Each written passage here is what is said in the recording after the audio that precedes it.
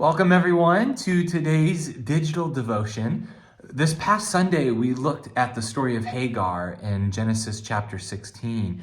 And there, Hagar becomes the first person in the Bible to name God. She refers to God as El Roi, the God who sees me.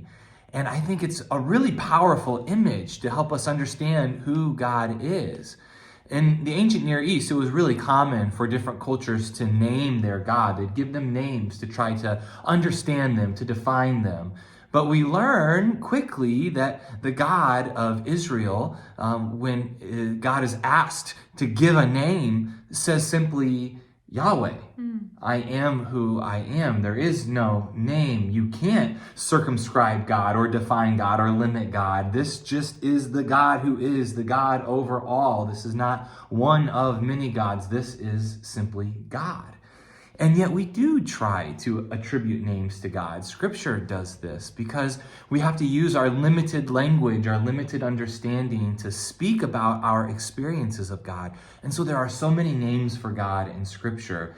Names like Jehovah Jireh, this is the God who provides, or God is referred to as the Alpha and the Omega, the first and the last letters of the Greek alphabet, because God is our beginning and our end, or the Rock of Ages. Sometimes these terms have more meaning in the past than they do for us today, but sometimes they really speak to our experiences. And so I'm curious, what are some names for God that speak to you? What is your interaction with God, and how do you understand and try to describe God? These are great questions. So that dovetails nicely into what I was thinking about this week. So as you know, Pastor Jacob and I preach sermon series. We don't follow what's called the lectionary, but a lot of churches do. And so that is a 3-year cycle of predetermined scripture passages that kind of follow a narrative throughout the Bible. And if we were to follow the lectionary, this Sunday would be what's traditionally known as Christ the King Sunday, or the Reign of Christ Sunday. And that is the Sunday that kind of closes the liturgical year. It's the end. And we celebrate the reign of Christ as a king. So that's another name that we would give to the part of the Trinity of God. That King of Kings. The King of Kings that we call Jesus. And so if you remember last Advent, I know that seems literally a year ago, our sermon series was the King of Kings, and we talked about what kind of a king Jesus was in comparison to earthly kings. And we had some really shocking and funny and disturbing comparisons because historically the kings of earth have not been the best, the nicest. And that's just an intentional title that we give Jesus, the King of Kings, to show that his reign, his kingdom is one that sort of subverts the whole idea of what a king should be. Most kings come with power and wealth, and Jesus is born with no money to a very humble couple, and he marries this idea that true power is found in the acts of compassion and love and mercy. That's the real power. It's not found in swords and governments and oppressive structures. It's found in the acts of the heart. And so that's the kind of king that Jesus is, and that is something that we are closing our liturgical season with. And then that means that the following Sunday begins the new liturgical year with Advent. Great. Well, on the note of Advent, we have a few housekeeping items for you. You are making, along with Pastor Laurel, Advent at home boxes. Yeah, this is a new concept. It's sort of born out of the idea of the Lenten boxes that I've done the last couple of years.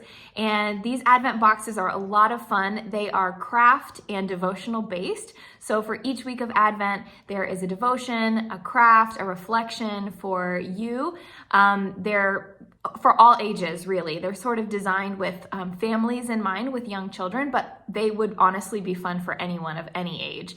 And so we invite you to sign up. There is a deadline coming up. Today, right? It's tomorrow. No, today. Today is Friday. Yes, it's today. Today is the last day to sign up. So please, if you're interested, they're $15. They're so much fun, and I think they will really help you get into the spirit of Advent and the holiday season. So please sign up for those. All right, the other update is about our HVAC system project in the sanctuary, the first project in our capital campaign. We just want to keep you up to date every step of the way. And so we just received bids from the companies who were bidding on this project. And so teams of people are interviewing the companies, reviewing the bids. It's going to go through all the processes of building and grounds and stewardship and finance and church council, and then it's going to come before the congregation in January to approve it. But it's super exciting that we've received those bids, and so just look out for more information, and we'll be asking people to give the second installments of their gifts, or the one-time gift. If you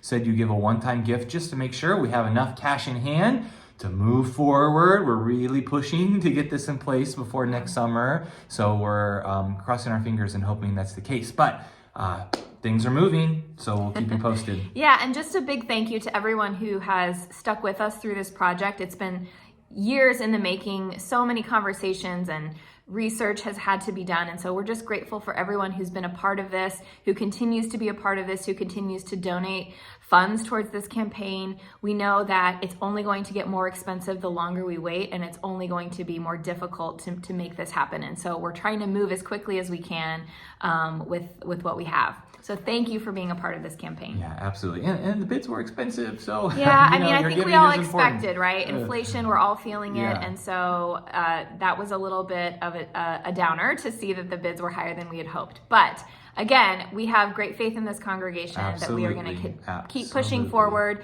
and you'll be hearing more about it as we go forward. All right, we can't wait to worship with you on Sunday. That's right. We'll see you then.